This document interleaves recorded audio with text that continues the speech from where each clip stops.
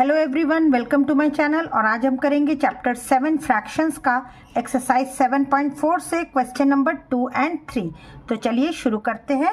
Question 2 है compare the fractions and put an appropriate sign.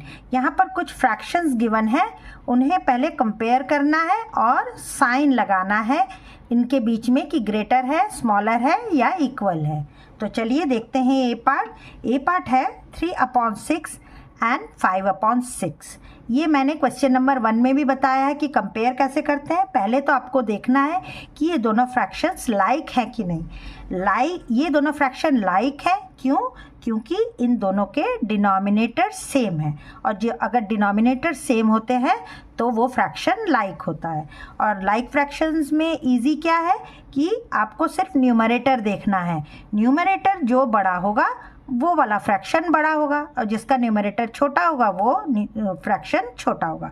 तो अब देखिए 3/6 और 5/6 में न्यूमरेटर किसका छोटा है? 3/6 का छोटा है। तो मतलब 3/6 जो है 5/6 से स्मॉलर है। तो आप साइन क्या लगा देंगे? ये वाला, ओके, क्योंकि ये छोटा है तो ये इस तरफ से बंद रहेगा। नेक्स्ट वाला देखिए बी पार्ट। बी पार्ट क्या है? 1/7 एंड 1/4। ये फ्रैक्शंस जो हैं ये लाइक फ्रैक्शंस नहीं हैं। ये कैसे फ्रैक्शन है? ये अनलाइक फ्रैक्शन है। और जो मैंने like and unlike fraction and comparing unlike and like fraction का जो वीडियो है उसमें मैंने क्या बताया था कि जो अनलाइक फ्रैक्शन है उनमें भी ऐसे वाले फ्रैक्शन जिनके न्यूमरेटर सेम हो उनके लिए एक तरीका बताया था। उस वीडियो को आप ज़रूर से देखिएगा, उसका लिंक मैं डिस्क्रिप्शन बॉक्स में दे दूंगी।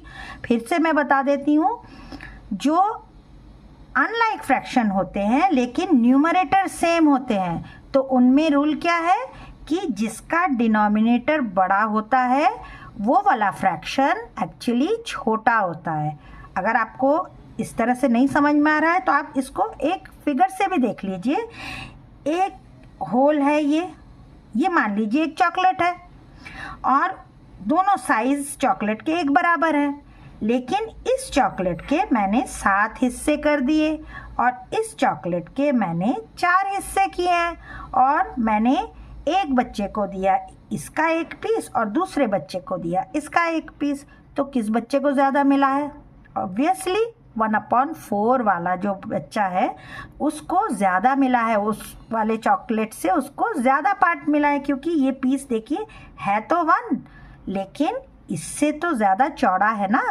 तो सीधे सिंपल तरीके से आप लोग कैसे याद रखेंगे कि अगर तो न्यूमरेटर दोनों के बराबर हैं, सेम है, इक्वल है, तो आपको सीधे डिनोमिनेटर देखना है।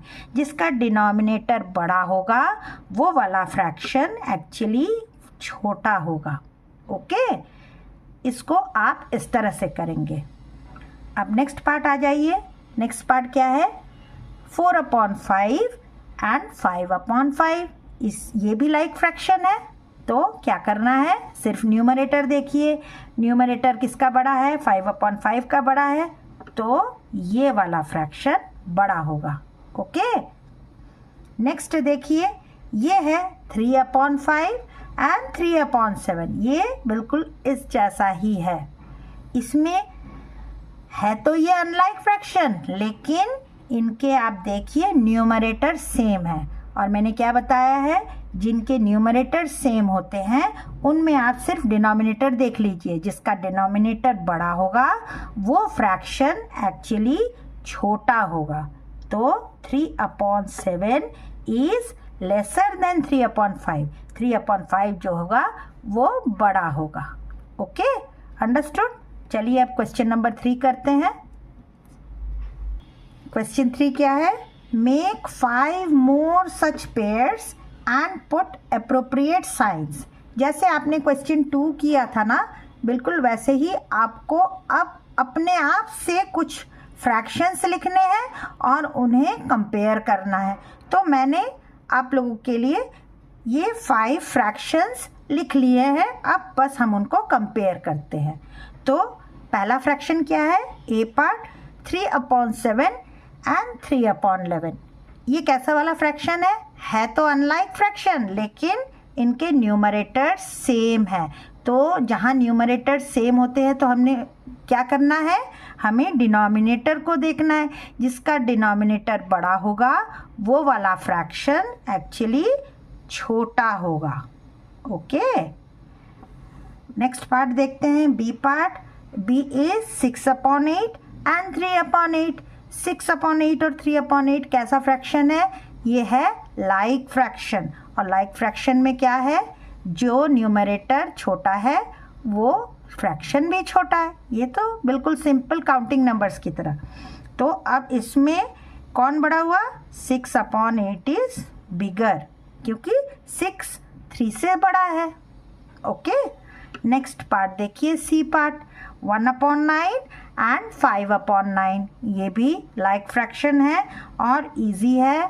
तो कौन बड़ा है इसमें, ऑब्वियसली 5/9 बड़ा है, क्योंकि 5 1 से बड़ा है और बाकी डिनोमिनेटर तो दोनों के एक ही हैं, बराबर ही हैं। अब नेक्स्ट डी पार्ट देखिए, 4/10 एंड 6/10, कौन बड़ा होगा, 4 से 6 बड़ा है, तो 6/10 इज ग्रेटर देन 4/10। अब ई पार्ट देखिए स्टूडेंट्स, ये है 1/2 एंड 6/12। अब ये वाला फ्रैक्शन जो है, इसमें ना तो न्यूमरेटर एक जैसे हैं और ना ही डिनोमिनेटर एक जैसे हैं। ये वाला करने का मैंने कैसे तरीका बताया है, वो आप like and unlike and comparing them वाला जो वीडियो है उसमें आप जाके देखिएगा कि इस ऐसे वाले फ्रैक्शंस को करने का मैंने क्या तरीका बताया है।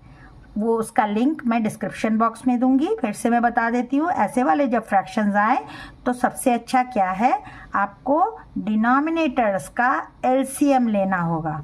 तो इसमें डिनोमिनेटर क्या क्या है, 2 और 12 है।